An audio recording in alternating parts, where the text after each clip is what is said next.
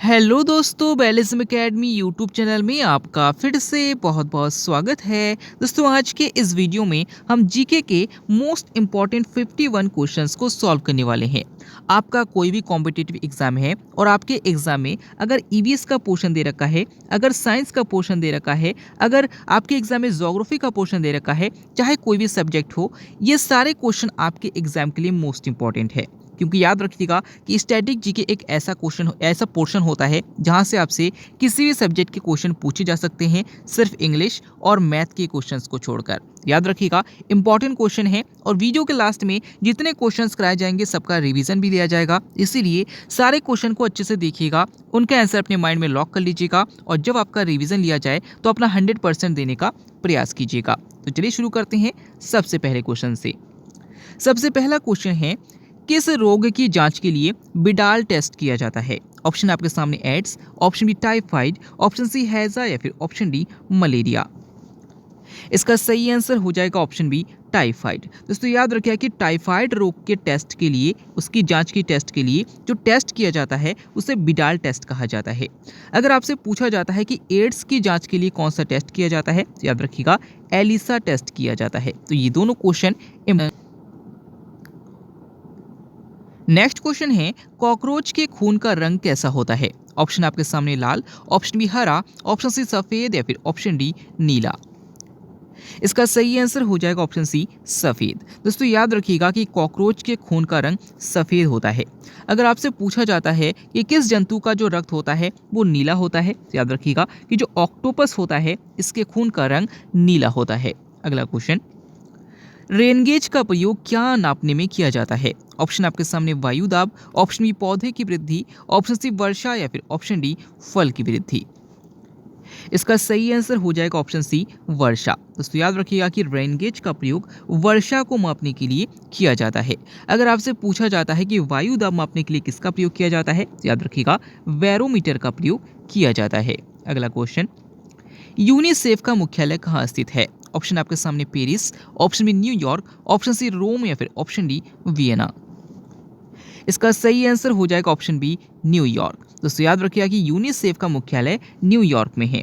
अगर आपसे पूछा जाता है कि यूनेस्को का मुख्यालय कहाँ पर है, तो याद रखिएगा पेरिस में है। अगला क्वेश्चन, कपास प्राप्त होता है, आपको बताना है कि कपास पौधे के किस भाग से प्राप्त होता है?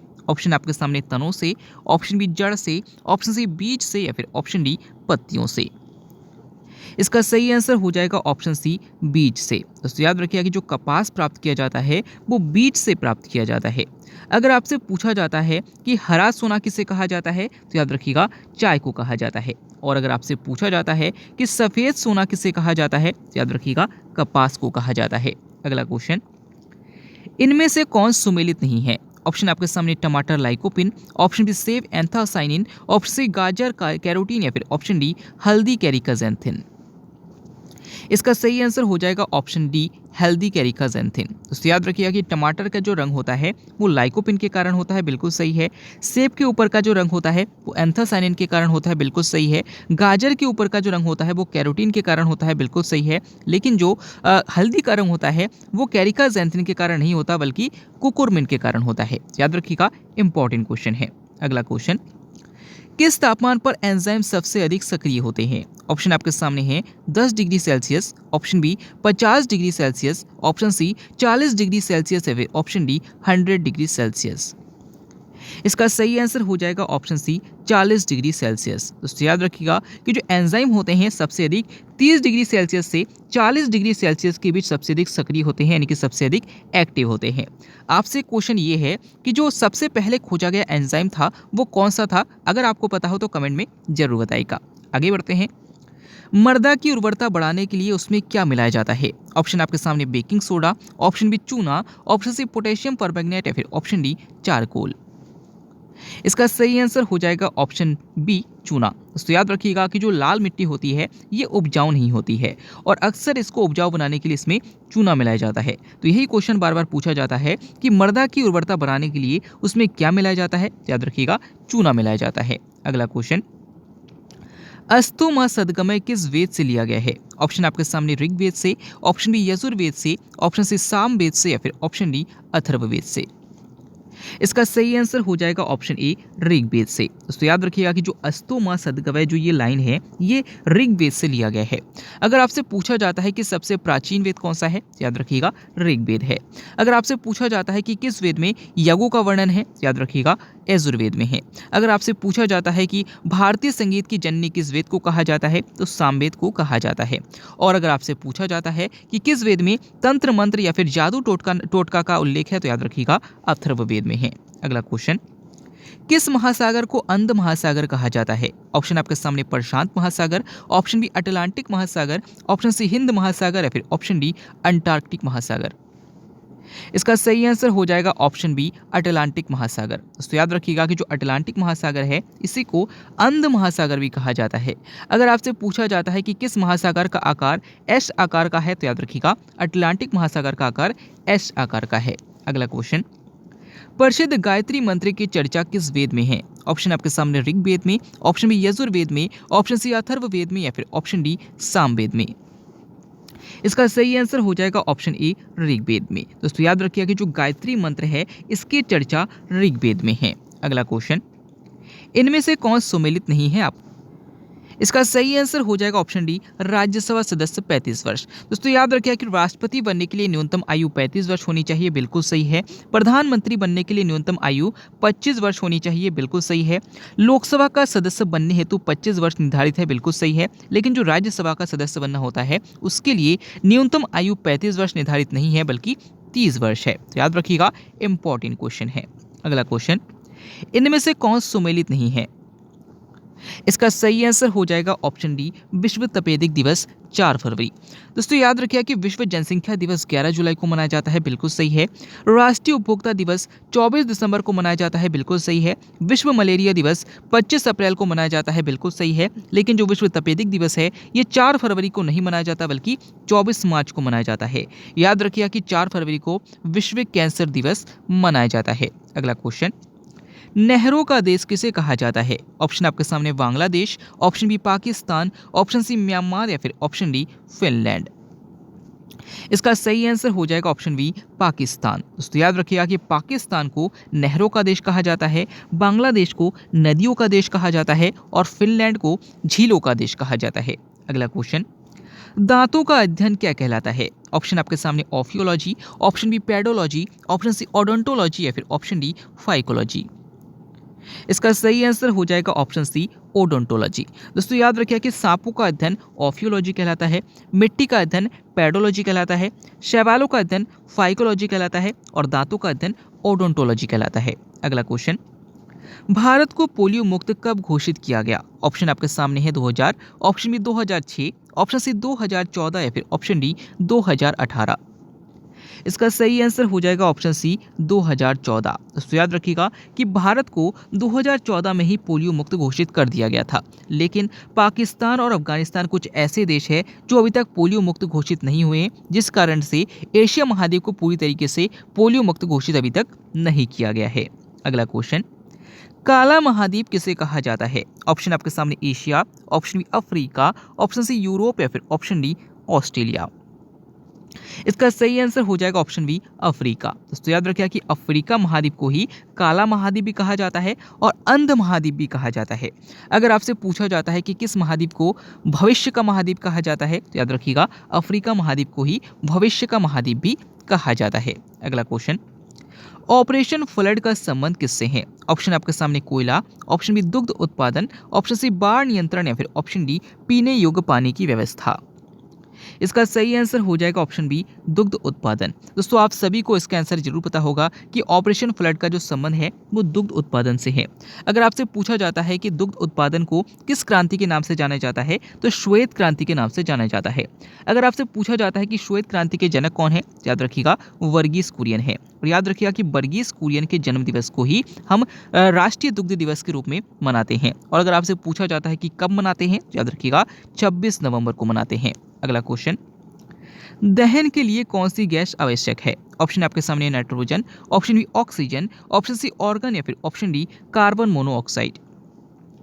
इसका सही आंसर हो जाएगा ऑप्शन बी ऑक्सीजन। दोस्तों बहुत से क्वेश्चन ऐसे होते हैं जो हिंदी में इस तरीके से दिए रहते हैं जिनका अर्थ हमें पता नहीं रहता और उस कारण से वो उस क्वेश्चन का आंसर हमारा गलत हो जाता है। जिस प्रकार से यहाँ पर क्वेश्चन में दिया गया है कि दहन के लिए कौन सी गैस आवश्यक है, अगर आपसे पूछा जाता कि जलने के लिए कौन सी गैस आवश्यक है तो आप आंसर एकदम आसानी से कर सकते थे, लेकिन दहन शब्द दिया गया है इससे थोड़ा क्वेश्चन डिफिकल्ट बन जाता है। याद रखिएगा कि दहन का मतलब होता है जलना और जलने के लिए जो आवश्यक गैस होती है ऑक्सीजन होती है। अगला क्वेश्चन, नेक्स्ट क्वेश्चन है सूर्य से आने वाली परावैंगनी किरणों से हो सकता है। आपको बताना है कि सूर्य से आने वाली परावैंगनी किरणों से कौन सा कैंसर हो सकता है। ऑप्शन आपके सामने यकृत कैंसर, ऑप्शन बी त्वचा कैंसर, ऑप्शन सी मुखीय कैंसर या फिर ऑप्शन डी मस्तिष्क कैंसर। इसका सही आंसर हो जाएगा ऑप्शन बी त्वचा कैंसर। दोस्तों याद रखिएगा कि जो सूर्य से आने वाली परावैंगनी किरणें होती है वो 3 टाइप की होती है। एक होता है यूवीए, एक होता है यूवीबी और एक होता है यूवीसी। याद रखिएगा कि जो यूवीए, यूवीबी और यूवीसी जो है इन तीनों में जो यूवीसी है ये सबसे अधिक हानिकारक होती है। हमारे वायुमंडल के समताप मंडल में जो ओजोन परत होती है वो इन यूवीसी को पूरी तरीके से अवशोषित कर लेता है। अगर ये यूवीसी मनुष्य पर पड़ेगी इंसान की मौत भी हो सकती है, और अगर यूवीपी की वी की मात्रा इंसान पे पड़ती है तो स्किन कैंसर यानी कि त्वचा का कैंसर और मोतियाबिंद जैसी बीमारी हो सकती है। तो याद रखिएगा कि यहाँ पर आपसे यही पूछा गया था कि सूर्य से आने वाली परावैंगनी किरणों से कौन सा कैंसर हो सकता है, तो त्वचा कैंसर हो सकता है। और याद रखिएगा कि यूवीए जो है ये सिंपल मात्रा में, थोड़ी मात्रा में हमारे वायुमंडल में उपस्थित भी होता है। अगला क्वेश्चन, विश्व का सबसे बड़ा बौद्ध मंदिर कहाँ स्थित है। ऑप्शन आपके सामने Japan, option B Indonesia, option C Mauritius या फिर ऑप्शन डी भारत। इसका सही आंसर हो जाएगा ऑप्शन बी इंडोनेशिया। तो याद रखिएगा कि अगर आपसे क्वेश्चन पूछा जाता है कि विश्व का सबसे बड़ा बौद्ध मंदिर कहाँ पर है तो कंफ्यूज नहीं होना है, भारत में नहीं है, इंडोनेशिया में है।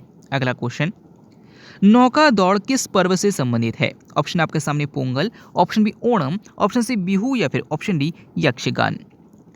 इसका सही आंसर हो जाएगा ऑप्शन बी ओणम। दोस्तों जो ओणम पर्व है ये केरल में मनाया जाता है और यहाँ पर ये जो त्यौहार होता है, ये जो पर्व होता है इसमें नौका दौड़ कराई जाती है। अगर आपसे पूछा जाता है कि पोंगल पर्व कहाँ मनाया जाता है तो याद रखिएगा कि तमिलनाडु और आंध्र प्रदेश में मनाया जाता है।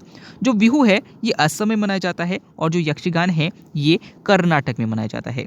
अगला क्वेश्चन, कौन सा भाग हाथी के गजदंत के रूप में बदलता है। ऑप्शन आपके सामने कृंतक, ऑप्शन बी रत्नक, ऑप्शन सी प्रचर्वणक या फिर ऑप्शन डी चर्वणक।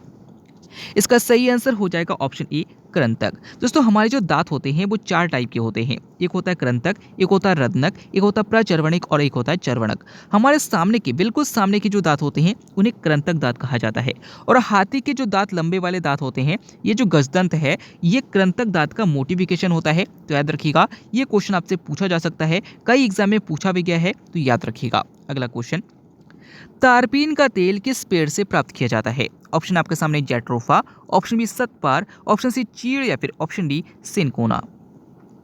इसका सही आंसर हो जाएगा ऑप्शन सी चीड़। दोस्तों याद रखिएगा कि तारपीन का तेल जो है वो चीड़ के पेड़ से प्राप्त किया जाता है। अगला क्वेश्चन, इनमें से कौन सा सुमेलित नहीं है आपको बताना है।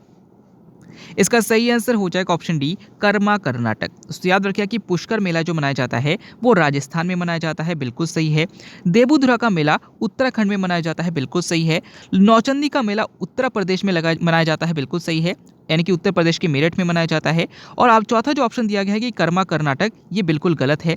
कर्मा पर्व जो मनाया जाता है वो बिहार में मनाया जाता है। अगला क्वेश्चन, इनमें से कौन सा सुमेलित नहीं है आपको बताना है। इसका सही आंसर हो जाएगा ऑप्शन सी पारादीप जो बंदरगाह है वो आंध्र प्रदेश, गलत होगा। याद रखिए कि जो कांडला बंदरगाह है जिसका नाम वर्तमान में पंडित दीनदयाल उपाध्याय बंदरगाह कर दिया गया है ये गुजरात में है, बिल्कुल सही है। न्यू मंगलोर बंदरगाह कर्नाटक में है, बिल्कुल सही है। तूतीकोरिन बंदरगाह जो है वो तमिलनाडु में है, बिल्कुल सही है। लेकिन जो पारादीप बंदरगाह है ये आंध्र प्रदेश में नहीं है बल्कि उड़ीसा में है। याद रखिए कि जो आंध्र प्रदेश में है, आंध्र प्रदेश में विशाखापत्तनम बंदरगाह पाया जाता है। तो बंदरगाह के क्वेश्चन भी आपसे पूछे जा सकते हैं, याद रखिएगा। अगला क्वेश्चन, पादप वायरस टीएमवी का पूरा नाम क्या है। इसका सही आंसर हो जाएगा option A tobacco mosaic virus. दोस्तों याद रखिए कि सबसे पहले जो वायरस खोजा गया था वो टीएमवी वायरस था और इसका पूरा नाम होता है टोबैको मोज़ेक वायरस। अगर आपसे पूछा जाता है कि वायरस की खोज सबसे सर्वप्रथम किसने की थी तो याद रखिएगा इवानोवस्की ने की थी। अगला क्वेश्चन, सुरमा नगरी किस नगर का उपनाम है? ऑप्शन आपके सामने Aligarh, option B Bareilly, option C Saharanpur या फिर ऑप्शन डी पीलीभीत।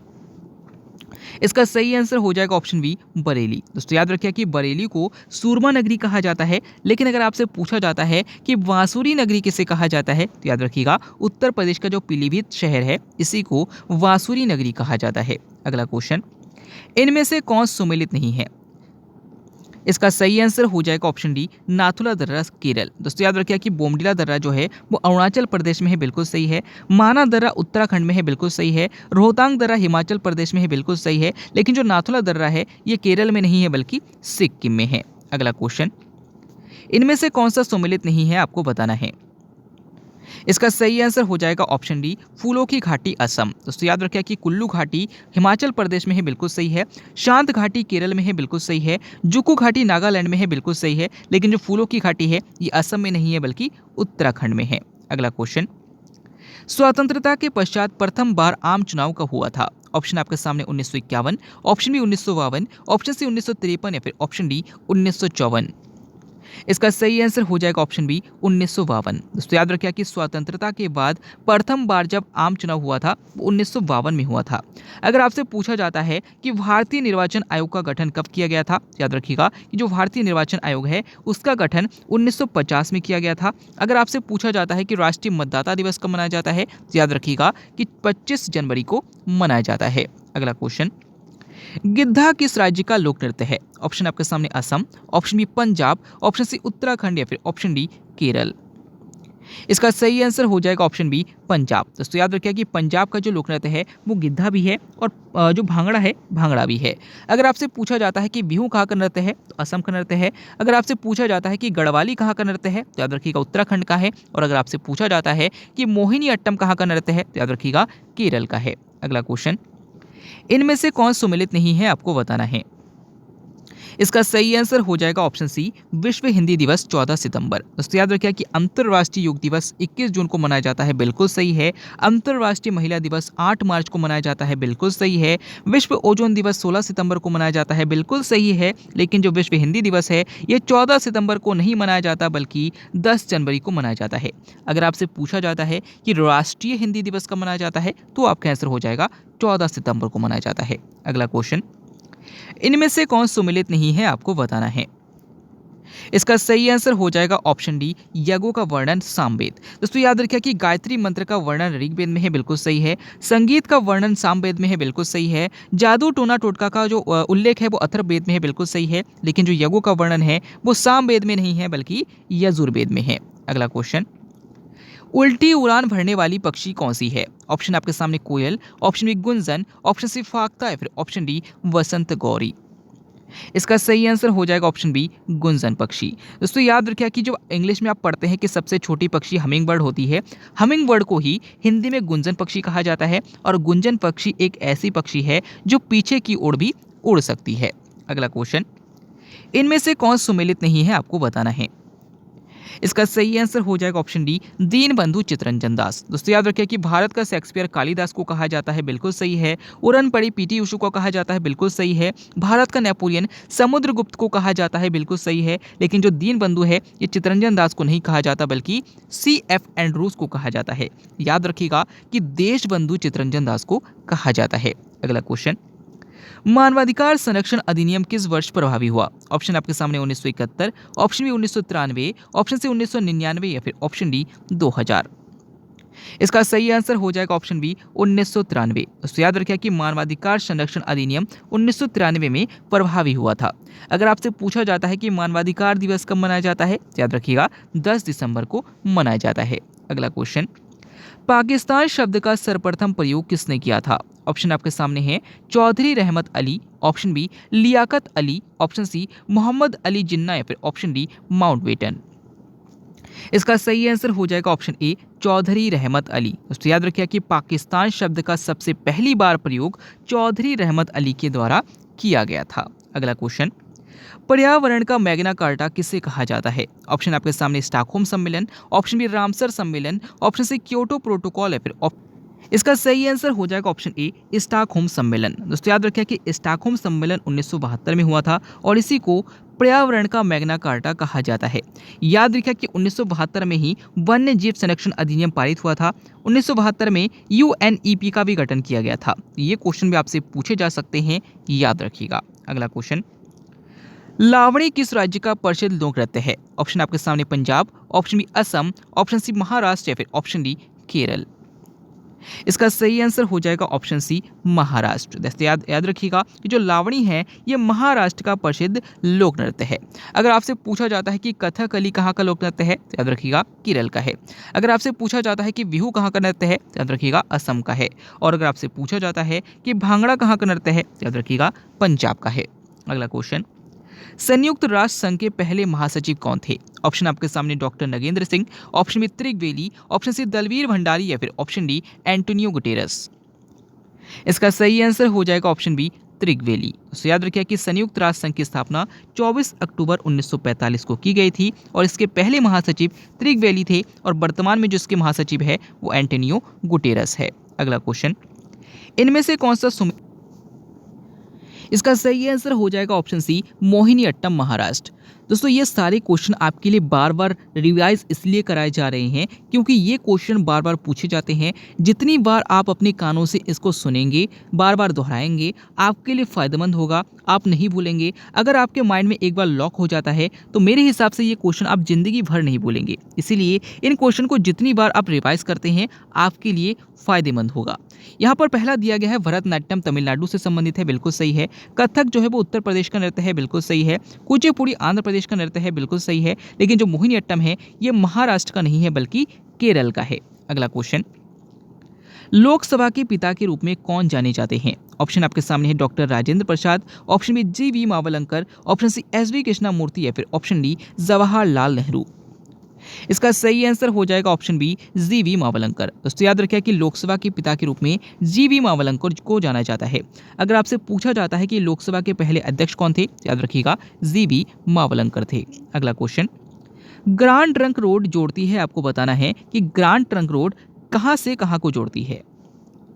इसका सही आंसर हो जाएगा ऑप्शन बी, अमृतसर से कोलकाता को। दोस्तों याद रखिए कि ग्रांड ट्रंक रोड अमृतसर से कोलकाता को जोड़ती है। अगर आपसे पूछा जाता है कि ग्रांड ट्रंक रोड का निर्माण किसने करवाया था, याद रखिएगा शेरशाह सूरी ने करवाया था। अगला क्वेश्चन, कुंभ मेले का शुभारंभ किसने किया था? ऑप्शन आपके सामने Kanishka, option B Akbar, option C Chanakya या फिर ऑप्शन डी हर्षवर्धन। इसका सही आंसर हो जाएगा ऑप्शन डी, हर्षवर्धन। दोस्तों याद रखिए कि कुंभ मेला जो है वो 12 वर्ष बाद लगता है। लेकिन अगर आपसे पूछा जाता है कि अर्ध कुंभ का मेला कितने वर्ष बाद लगता है तो 6 वर्ष बाद लगता है। और याद रखिए कि कुंभ मेले का शुभारंभ हर्षवर्धन के द्वारा कराया गया था। अगला क्वेश्चन, पंजाबी भाषा की लिपि कौन सी है? ऑप्शन आपके सामने Gurmukhi, option B Brahmi, option C Devanagari या फिर ऑप्शन डी इनमें से कोई नहीं। इसका सही आंसर हो जाएगा ऑप्शन ए, गुरुमुखी। तो याद रखिएगा कि जो पंजाबी भाषा की लिपि होती है वो गुरुमुखी लिपि होती है। अगर आपसे पूछा जाता है कि वर्तमान में हम हिंदी में जो लिपि यूज करते हैं वह कौन सी लिपि होती है, याद रखिएगा देवनागरी लिपि होती है। अगला क्वेश्चन, विश्व का सर्वाधिक शुष्क स्थल कौन सा है? ऑप्शन आपके सामने Sahara, option b Atacama, option c Pampas या फिर ऑप्शन डी वेल्ड। इसका सही आंसर हो जाएगा ऑप्शन बी, अटाकामा। दोस्तों याद रखिए कि विश्व का सबसे सूखा मरुस्थल जो है यानी कि शुष्क मरुस्थल जो है वो अटाकामा मरुस्थल में है। अगर आपसे पूछा जाता है कि पंपास कहाँ पर है तो याद रखिएगा अर्जेंटीना में है। अगर आपसे पूछा जाता है कि सहारा मरुस्थल कहाँ पर है तो याद रखिएगा अफ्रीका में है। अगला क्वेश्चन, विश्व का सबसे ज्यादा जनसंख्या वाला द्वीप कौन सा है? ऑप्शन आपके सामने Greenland, option B Indonesia, option c Java या फिर ऑप्शन डी लक्षद्वीप। इसका सही आंसर हो जाएगा ऑप्शन सी, जावा। दोस्तों याद रखिए कि विश्व का सबसे ज्यादा जनसंख्या वाला जो द्वीप है वो जावा द्वीप है। अगर आपसे पूछा जाता है कि भारत का सबसे अधिक जनसंख्या वाला द्वीप कौन सा है तो याद रखिएगा सॉल्सेट द्वीप है। अगला क्वेश्चन, भारत की सबसे बड़ी जनजाति कौन सी है? ऑप्शन आपके सामने Gond, option B Tharu, option C Bhil या फिर ऑप्शन डी सहेरिया। इसका सही आंसर हो जाएगा ऑप्शन बी, थारू। दोस्तों याद रखिए कि भारत की सबसे बड़ी जो जनजाति है वो थारू जनजाति है। अगला क्वेश्चन, सबसे बड़ा उपग्रह गैनीमेड किस ग्रह का उपग्रह है? ऑप्शन आपके सामने बुध, ऑप्शन बी शुक्र, ऑप्शन सी बृहस्पति या फिर ऑप्शन डी शनि। इसका सही आंसर हो जाएगा ऑप्शन सी बृहस्पति। दोस्तों याद रखिए कि सौर मंडल का सबसे बड़ा जो उपग्रह है वो बृहस्पति ग्रह का जो उपग्रह गैनीमेड है ये है। अगर आपसे पूछा जाता है कि शनि का ग्रह कौन सा है, याद रखिएगा कि जो टाइटन है ये शनि का उपग्रह है। अगला क्वेश्चन, 1 रुपए के नोट पर किसके हस्ताक्षर होते हैं? ऑप्शन आपके सामने वित्त मंत्री, ऑप्शन बी आरबीआई के गवर्नर, ऑप्शन सी प्रधानमंत्री या फिर ऑप्शन डी वित्त मंत्रालय के सचिव। इसका सही आंसर हो जाएगा ऑप्शन डी वित्त मंत्रालय के सचिव। दोस्तों याद रखिए कि 1 रुपए या फिर उससे कम के नोट पर वित्त मंत्रालय के सचिव के हस्ताक्षर होते हैं, लेकिन 1 रुपए से ऊपर के जितने नोट होते हैं उस पर आरबीआई के गवर्नर के हस्ताक्षर होते हैं। अगला क्वेश्चन, कोणार्क का ब्लैक पैगोडा किस भगवान को समर्पित है? ऑप्शन आपके सामने Shiv, option b Vishnu, option c Surya या फिर ऑप्शन डी जगन्नाथ। इसका सही आंसर हो जाएगा ऑप्शन डी, ऑप्शन सी सूर्य। दोस्तों याद रखिए कि कोणार्क का जो मंदिर है वो उड़ीसा में है और याद रखिए कि इसमें जो पूजा की जाती है वो सूर्य देवता की पूजा की जाती है। अगला क्वेश्चन, दीन ए इलाही के संस्थापक कौन है? ऑप्शन आपके सामने बाबर, ऑप्शन बी अकबर, इसका सही आंसर हो जाएगा ऑप्शन बी अकबर। दोस्तों याद रखिए कि दीन ए इलाही धर्म की शुरुआत अकबर के द्वारा 1582 में की गई थी। तो आपसे कभी कभी इसका सन भी पूछ लिया जाता है। अगला क्वेश्चन, दूध के पीएच मान की प्रकृति होती है, आपको बताना है कि क्या होती है। ऑप्शन आपके सामने थोड़ा अम्लीय, ऑप्शन बी थोड़ा क्षारीय, ऑप्शन सी अत्यधिक अम्लीय या फिर ऑप्शन डी अत्यधिक क्षारीय। इसका सही आंसर हो जाएगा ऑप्शन ए थोड़ा अम्लीय। दोस्तों याद रखिए कि कोई भी पदार्थ अगर उसका पीएच मान 7 है इसका मतलब वो उदासीन है, अगर उसका पीएच मान 7 से अधिक है इसका मतलब वो क्षारीय है, और अगर उसका पीएच मान 7 से कम है इसका मतलब वो अम्लीय है। आप सभी को पता है कि दूध का पीएच मान 6.4 होता है, यानी कि 7 से कम होता है, यानी कि इसकी प्रकृति जो हो जाएगी थोड़ा अम्लीय हो जाएगी। अगला क्वेश्चन, भारत का राष्ट्रीय पंचांग कौन सा है? ऑप्शन आपके सामने विक्रम संवत, ऑप्शन बी शक संवत, ऑप्शन सी लोधी संवत या फिर ऑप्शन डी माल संवत। इसका सही आंसर हो जाएगा ऑप्शन बी शक संवत। तो याद रखिए कि भारत का जो राष्ट्रीय पंचांग है वो शक संवत है।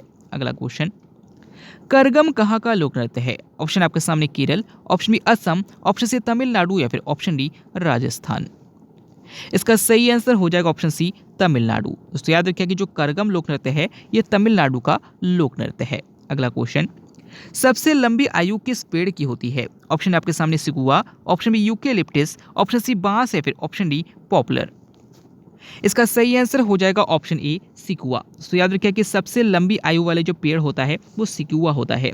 अगर आपसे पूछा जाता है कि सबसे तेजी से बढ़ने वाला पौधा कौन सा है तो याद रखिएगा बांस है, और अगर आपसे पूछा जाता है कि सबसे लंबा पौधा कौन सा होता है तो याद रखिएगा यूकेलिप्टिस होता है। अगला क्वेश्चन, पहली डाक टिकट कहाँ जारी की गई थी? ऑप्शन आपके सामने Haldia, option B Karachi, option C Mumbai या फिर ऑप्शन डी वाराणसी। इसका सही आंसर हो जाएगा ऑप्शन बी कराची। दोस्तों याद रखिए कि पहली डाक टिकट कराची में जारी की गई थी। अगर आपसे पूछा जाता है कि भारत में पहला डाकघर कहाँ स्थापित किया गया था, याद रखिएगा कोलकाता में स्थापित किया गया था। अगला क्वेश्चन, एशिया की रीढ़ किसे कहा जाता है? ऑप्शन आपके सामने हिमालय, ऑप्शन बी कुनलुन पर्वत, ऑप्शन सी अराकान योमा या फिर ऑप्शन डी गोलन की पहाड़ियां।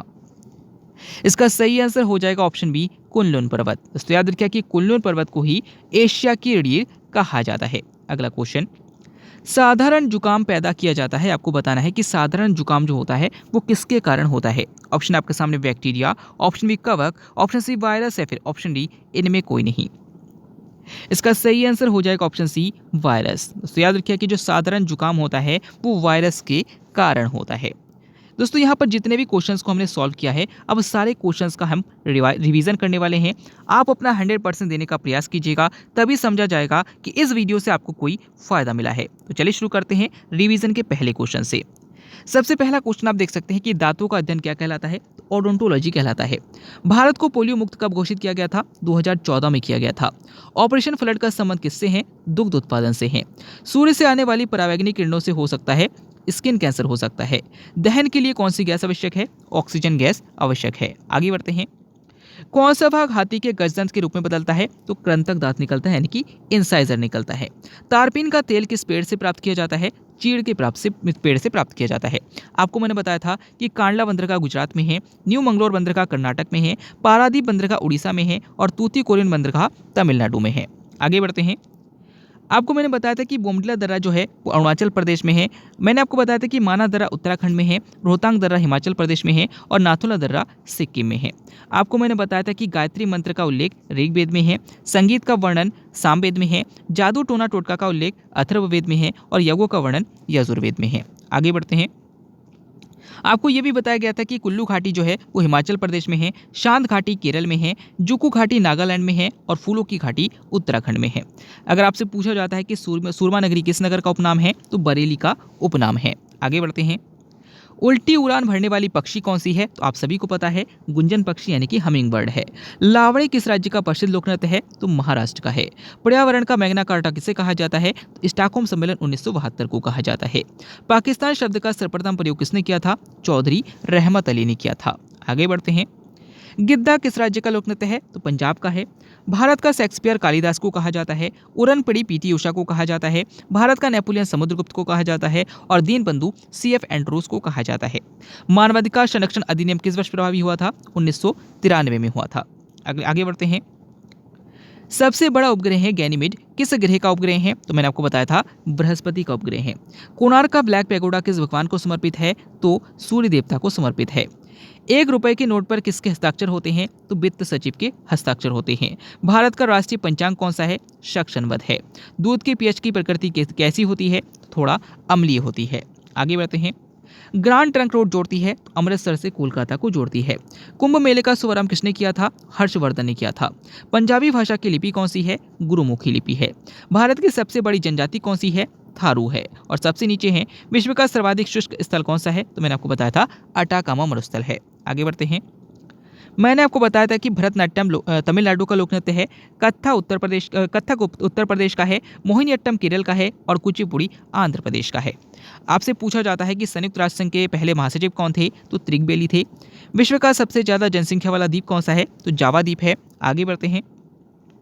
आपको बताया गया था कि अंतर्राष्ट्रीय योग दिवस 21 जून को मनाया जाता है। अंतर्राष्ट्रीय महिला दिवस 8 मार्च को मनाया जाता है। विश्व हिंदी दिवस 10 जनवरी को मनाया जाता है और विश्व ओजोन दिवस 16 सितंबर को मनाया जाता है। आगे बढ़ते हैं। नहरों का देश किसे कहा जाता है, तो पाकिस्तान को कहा जाता है। इनमें से कौन सा सुमेलित नहीं है, मैंने आपको बताया था कि यहाँ पर सारे सुमेलित दिए गए हैं। पर राष्ट्रपति की न्यूनतम आयु 35 वर्ष होनी चाहिए। प्रधानमंत्री बनने हेतु न्यूनतम आयु 25 वर्ष होनी चाहिए। लोकसभा सदस्य बनने हेतु 25 वर्ष होनी चाहिए और राज्यसभा सदस्य बनने हेतु न्यूनतम आयु 30 वर्ष होनी चाहिए। आगे बढ़ते हैं। किस महासागर को अंध महासागर कहा जाता है, तो याद रखिएगा अटलांटिक महासागर को कहा जाता है। अस्तु सदगमय किस वेद से लिया गया है, तो ऋग्वेद से लिया गया है। आपको मैंने बताया था कि विश्व जनसंख्या दिवस 11 जुलाई को मनाया जाता है। राष्ट्रीय उपभोक्ता दिवस 24 दिसंबर को मनाया जाता है। विश्व मलेरिया दिवस 25 अप्रैल को मनाया जाता है और विश्व तपेदिक दिवस 24 मार्च को मनाया जाता है। आगे बढ़ते हैं। यूनिसेफ का मुख्यालय कहाँ पर है, तो मैंने आपको बताया था न्यूयॉर्क में है। रेनगेज का प्रयोग क्या मापने में किया जाता है, वर्षा नापने में किया जाता है। कॉकरोच का खून का रंग कैसा होता है, सफेद होता है। प्रसिद्ध गायत्री मंत्र की चर्चा किस वेद में है, तो ऋग्वेद में है। आगे बढ़ते हैं। किस मृदा की उर्वरता बढ़ाने के लिए उसमें क्या मिलाया जाता है, तो याद रखिएगा कि मृदा की उर्वरता को बढ़ाने के लिए उसमें चूना मिलाया जाता है। किस तापमान पर एंजाइम सबसे अधिक सक्रिय होते हैं, तो 30 से 40 डिग्री सेंटीग्रेड पर होते हैं। किस रोग की जांच के लिए बिडाल टेस्ट किया जाता है, तो मैंने आपको बताया था कि जो बिडाल टेस्ट किया जाता है वो टाइफाइड रोग की जांच के लिए किया जाता है। और सबसे नीचे वाला क्वेश्चन जिसका आंसर आपको कमेंट के द्वारा बताना है, क्वेश्चन है कपास किससे प्राप्त किया जाता है, यानी कि पौधे के किस भाग से कपास प्राप्त किया जाता है। आपको इसका आंसर कमेंट में बताना है।